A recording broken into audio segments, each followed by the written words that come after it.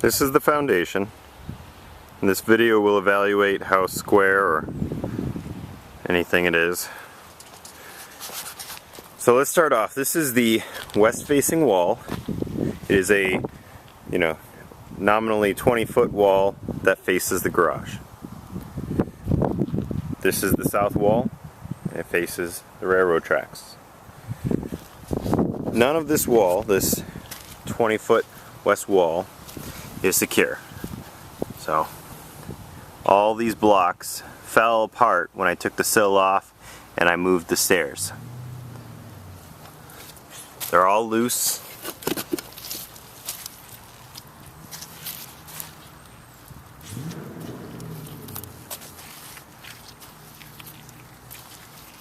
It has a natural, so they had made an opening here and they had made an opening down there. Oh, even this guy moves. Right. Now here I strung this line to represent the straightness.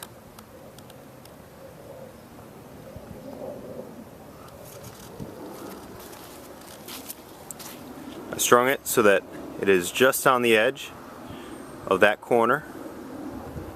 Then as we look down, the wall goes out, out, out, okay, until it hits that joint.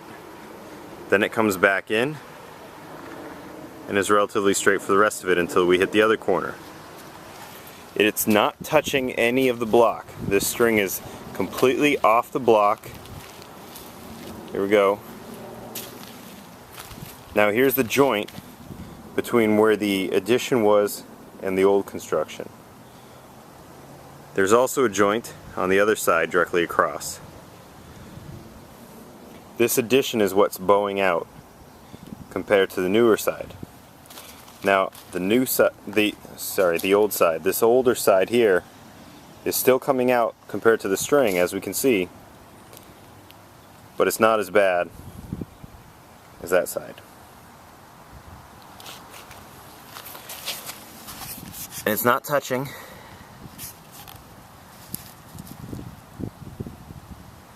String is floating freely.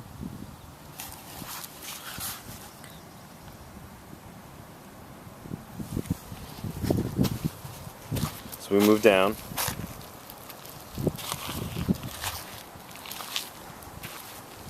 Here's where the bulkhead was. This section of the bulkhead, which created the little basement area where the boiler sat, is poured. And it's done well enough that I didn't want to go through the hassle of removing it, so it is still there.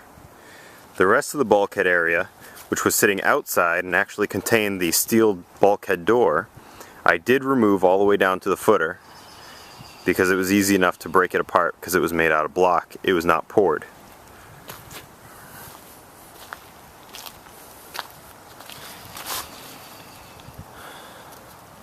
So here we can see some concrete coming out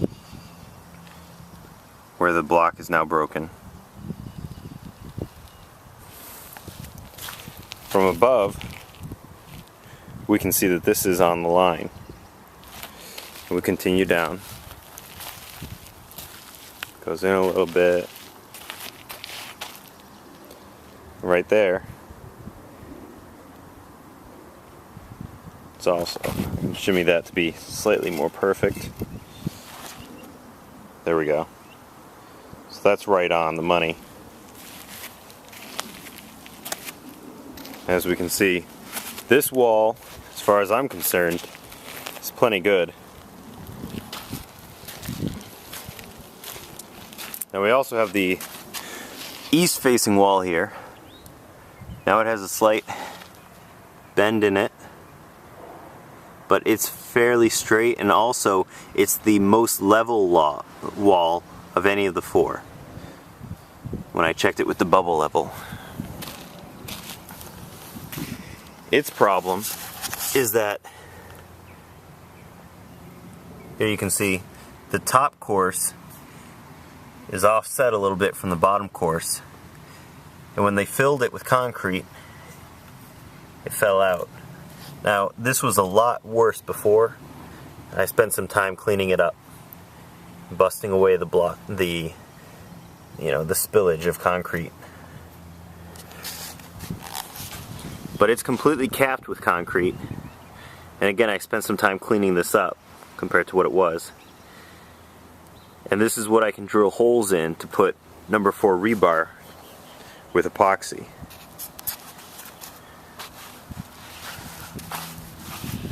This is the middle of the wall.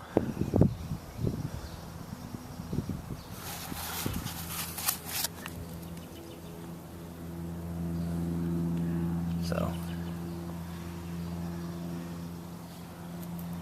it's almost an inch overhang between the two.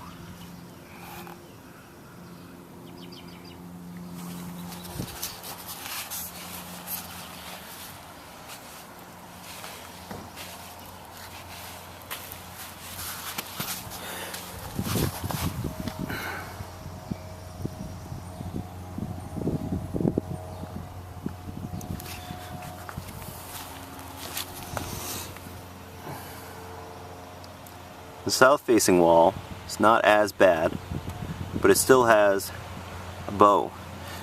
So basically what we've got going here is same as the other side. It's fairly straight with the bulkhead area. Okay, so this first section here is pretty straight. Then it comes out.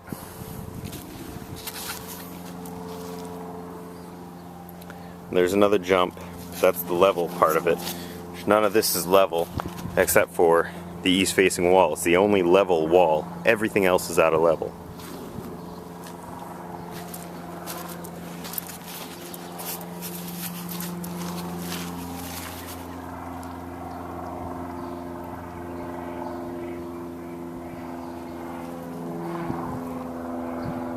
See how far off of straight we are right at the widest point.